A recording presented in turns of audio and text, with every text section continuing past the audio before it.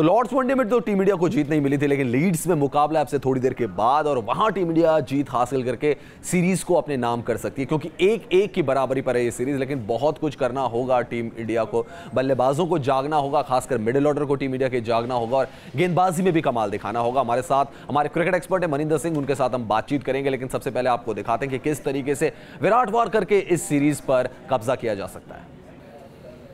Money sir, 1-1 की बराबरी पर सीरीज है और इस सीरीज से पहले कहा जा रहा था कि ये इंग्लैंड की बैटिंग लाइनअप वर्सेस इंडिया की बैटिंग लाइनअप के बीच में एक बड़ा बैटल होने वाला है, क्योंकि दोनों तरफ हार्ड हिटर्स की फौज है। लेकिन सिर्फ सीरीज इंपॉर्टेंट नहीं है, क्योंकि अगली जो सीरीज आ रही है 1 अगस्त से, वो है टेस्ट सीरीज। और शायद वनडे सीरीज जीतना इसलिए जरूरी है क्योंकि आप बड़े हुए मोमेंटम के साथ जाएंगे टेस्ट सीरीज में। दूसरी बात ये भी है कि अगर आप रन्स बना के जाते हैं, हमारे बैट्समैन की अगर आप बात करें, विराट कोहली रन्स तो बना रहे हैं, बॉल को मिडिल कर रहे हैं, लेकिन एक बड़ा स्कोर नहीं बनाया है। सो अगर वो रन्स बनाते हैं, उस कॉन्फिडेंस को निश्चित रूप से लेके जाएंगे, क्योंकि उनका जो पिछला दौरा था इतना अच्छा नहीं गया। सो उनके पास एक पॉइंट टू प्रूव है।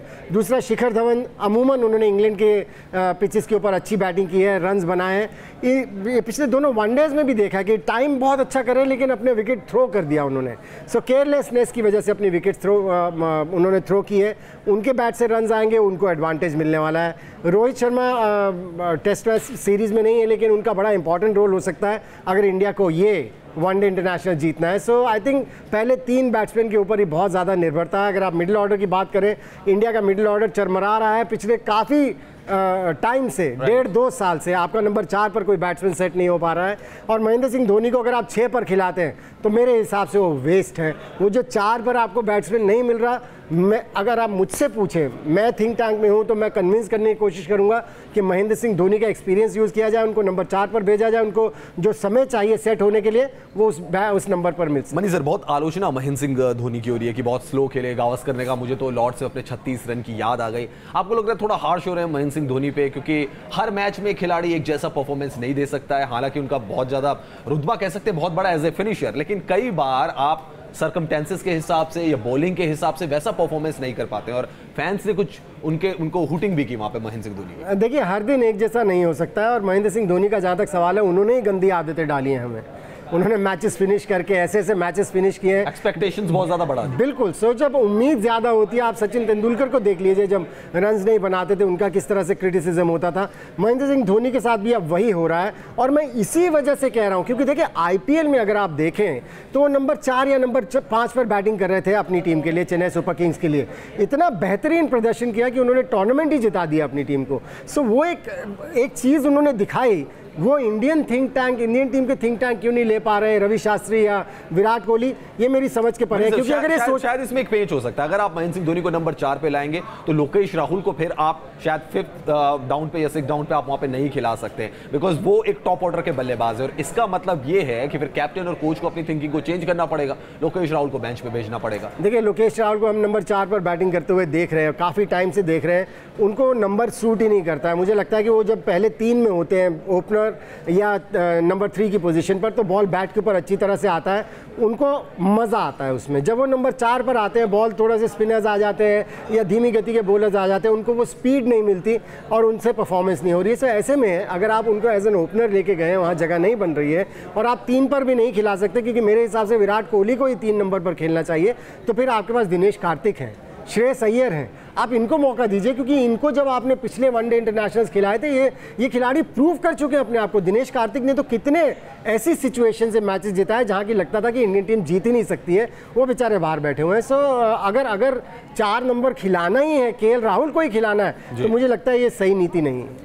चलिए बात विराट कोहली की भी कर लेते हैं, क्योंकि 75 रन उन्होंने स्कोर किए, 45 तक पहुंचे, लेकिन एक ज़रूरत है विराट कोहली के बल्ले से, और वो शायद शतक की ज़रूरत है, क्योंकि जब सेंचुरी मारते हैं टीम इंडिया का जोश बढ़ता है और टीम इंडिया को खासकर जीत भी मिलती है। रिपोर्ट देखिए मनी सर, अब इसमें बड़ा पेच है। अगर पहले भारत बल्लेबाजी करता है तो शायद रोहित शर्मा के शतक से काम चल जाएगा या फिर शिखर धवन के शतक से काम चल जाएगा, लेकिन अगर भारत बाद में बल्लेबाजी करता है तो फिर शायद विराट कोहली का शतक वो सबसे ज्यादा दरकार होगी भारतीय टीम को, क्योंकि अगर मैच जीतना है चेस करते हुए तो आपके सबसे बड़े खिलाड़ी तो विराट कोहली है। लेकिन आप इमेजिन करें कि एक ही खिलाड़ी के ऊपर इतनी ज़्यादा निर्भरता हो और अगर वो रन्स ना बना सके तो क्या होता है टीम का हाल, वो हम देख ही चुके हैं। सो ये एक बहुत बड़ा पेच है जैसे आपने कहा, और इसको सुलझाना बहुत ज़रूरी है, क्योंकि आपके 4, 5, 6 पर ऐसे बैट्समैन होने चाहिए कि अगर कभी विराट, क्योंकि देखें है तो एक इंसान ही, फेल होने वाले हैं, वो हर मैच में रन्स तो बनाने वाले नहीं हैं। सो ऐसे में आपके 4, 5, 6 इतने बढ़िया होने चाहिए कि वो मैच निकाल के ले जा सकें, जो विराट कोहली नहीं कर पाए वो बाकी के 3 खिलाड़ी कर दें। सो इसके लिए बहुत एक्टिव होना पड़ेगा। जो भारतीय थिंक टैंक है, कोच है, असिस्टेंट कोच है, बैटिंग कोच है, बॉलिंग कोच है और कैप्टन है, इनको मिल के सोचना पड़ेगा कि 4, 5 और 6 पर किसको बैटिंग कराई जानी चाहिए। मुझसे पीछे पूछे तो 4 नंबर पर महेंद्र सिंह धोनी, 5 नंबर पर मैं श्रेयस अय्यर या दिनेश कार्तिक को खिलाऊंगा, और इन्हीं दोनों में से 5 या 6 इन्हीं दोनों में से। आप मनीष सर ये कह रहे हैं कि आपके ओपिनियन में सुरेश रैना फिलहाल वनडे टीम में प्लेइंग 11 में आप शायद उनको ना रखें? देखिए, सुरेश रैना एक कंट्रीब्यूटर है, वो आपको मैचेस नहीं जिता सकते, राइट। वो आपको थोड़ी सी कंट्रीब्यूशन देके दे सकते हैं। वो उसका नमूना उन्होंने पिछले मैच में दिखा दिया।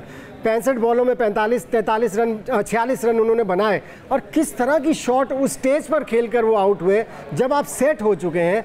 ये एक मौका था आपको, पहले इनिशियली तो वो टीम में नहीं थे, राइडू के यो टेस्ट ना पास करने की वजह से आपको टीम में लिया गया वनडे टीम में। अब आपके पास इतना बेहतरीन मौका आया था कि आप सेंचुरी लगाते, मैच जिताते इंडियन टीम को, या करीब भी ले जाते, तो एक भरोसा जगता कैप्टन और कोच का, वो भी नहीं आप कर पाए। सो ऐसे में मुझे नहीं लगता है कि उनकी जगह टीम में बनती है, क्योंकि हमें कॉन्ट्रीब्यूटर नहीं चाहिए, हमें मैच विनर्स चाहिए।